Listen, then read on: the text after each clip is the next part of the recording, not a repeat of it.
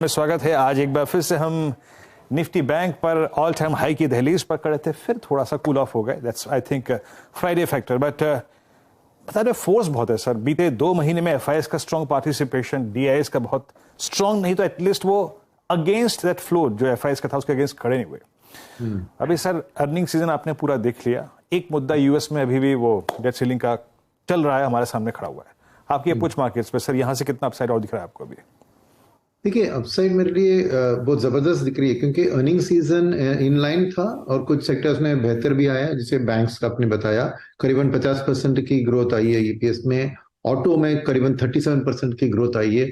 तो overall earning season की outlook मेरे ख्याल में इस साल के अर्निंग्स के लिए एक सपोर्ट देती है, क्योंकि जो अर्निंग्स ऑलरेडी आ चुकी है वो तो ऑलरेडी इन द प्राइस है।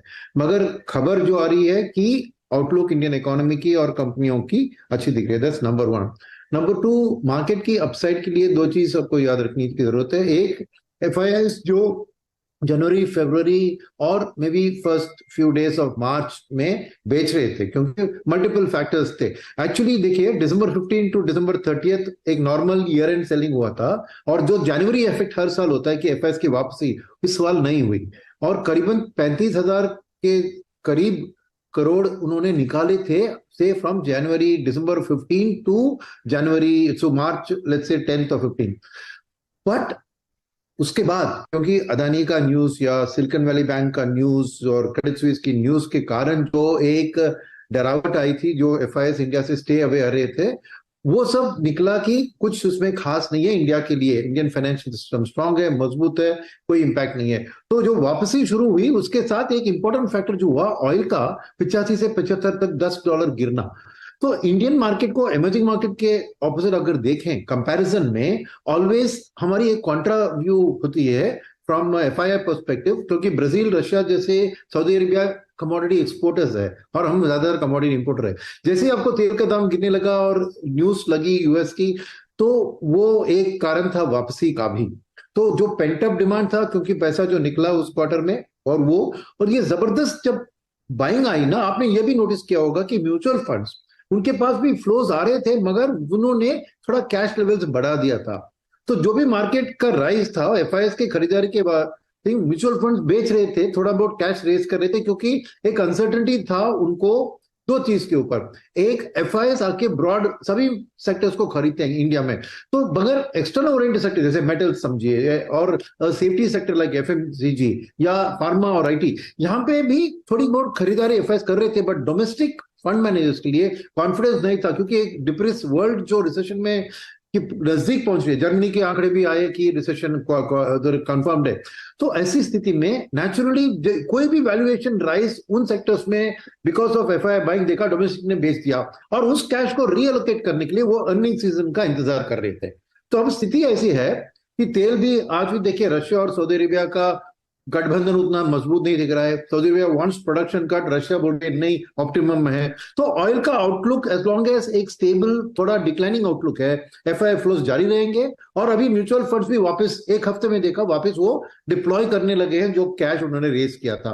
तो आने वाले दिन में दोनों एफआईएस की पैसे के कारण और डोमेस्टिक बाइंग के कारण मैं मार्केट को एक सपोर्ट देख रहा हूं कि ये बढ़ती जाएगी। तो उस चीज के अंदर समझ गया सुनील जी। एक बेसिकली क्लियरली आपका मोमेंट आउटलुक काफी पॉजिटिव है। एक चीज मुझे पूछनी है आपसे, अब मार्केट के वैल्यूएशन, तो खासतौर से जो जहां सबसे ज्यादा बाइंग हुई है, जैसे कंजम्पशन स्पेस, ऑटोमोबाइल या एफएमसीजी, दोनों में इसमें वैल्यूएशन काफी हाई नहीं लग रहा है आपको? 2-3 है। एक कंजम्पशन में बात करूंगा कि उसमें एफएमसीजी को हटा दीजिए। कोई एफएमसीजी क्या होता है ना, देखिए, एफआईएस जब एक risky country like India, for them India is a risk, तो उधर वो सेफ्टी ढूंढते हैं।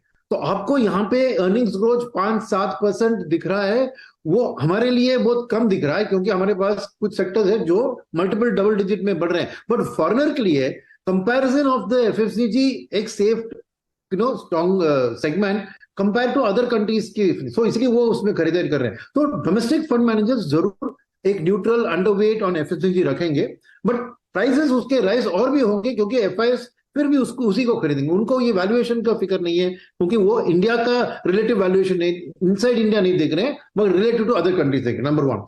नंबर 2, आपने दूसरी बात कंज्यूमर ड्यूरेबल्स की करें। सी कंज्यूमर ड्यूरेबल्स क्या है ना, इसमें एक सिक्लिकलिटी एलिमेंट होता है तो एफएमसीजी में नहीं है, क्योंकि ये सब प्रोडक्ट्स है, रेट सेंसिटिव प्रोडक्ट्स है। ईएमआई इंपैक्ट होता है जैसे रेट कट, रेट राइज। अब माहौल क्या बन रहा है कि इंडियन रेट्स देखिए, जीसेक के रेट्स ही करीबन बहुत 50 बेसिस पॉइंट गिरे हैं, 7 के आसपास है। तो आरबीआई का भी कोई गुंजाइश नहीं कि कोई रेट कट होगा, रेट हाइक होगा, और शायद फाइनेंशियल ईयर एंड तक रेट कट की भी बात हो रही है। तो रेट सेंसिटिव सेगमेंट में कंज्यूमर ड्यूरेबल्स, क्योंकि 90% कंज्यूमर ड्यूरेबल्स आपको लोन के जरिए, चाहे वो जीरो कॉस्ट ईएमआई बुलाते हैं उसको, और पर्सनल लोन लेते हैं, जो भी चीज है वो रेट सेंसिटिव होते हैं। तो नेचुरली वहां पे एक सिक्लिकलिटी में एक अपस्विंग दिख रहा है। और ये समर का टाइम शायद पीकनेस, अभी के क्वार्टर के अर्निंग्स में ये समर, तो अगले क्वार्टर में आप देखेंगे एयर कंडीशनर्स, रेफ्रिजरेटर्स, ये जो समर लिंक्ड कंज्यूमर ड्यूरेबल्स होते हैं, शायद उसमें एक bounce back, because heat wave भी चल रहा है, तो शायद उसमें उम्मीद से ज्यादा भी ग्रोथ आ सकती है। ये सिक्लिकलिटी के कारण उधर वैल्यूएशन बढ़ गए, फिर भी अर्निंग्स ग्रोथ का एक V shaped recovery will justify that. So auto is also in the same pack, इसलिए ऑटो का अर्निंग्स भी अच्छी रहा है, मगर ग्रोथ आउटलुक भी, बिकॉज रेट सेंसिटिव सेक्टर्स का ग्रोथ आउटलुक अच्छा रहेगा, रियल एस्टेट, कंज्यूमर ड्यूरेबल्स। इसलिए हम तीनों को, real estate, housing, consumer durables और ऑटो को, सबको कंज्यूमर डिस्क्रिशनरी के पैक में हम देखते हैं। सिमिलर रेट रिलेटिव, तो एक soft interest rate, moderate inflation स्थिति में मैं देख रहा हूं कि इनकी ग्रोथ उम्मीद से बेहतर आ सकती है। तो आज के वैल्यूएशंस शायद उतने डरावनी नहीं है जितने आपको प्योर नंबर से आप देख रहे हैं।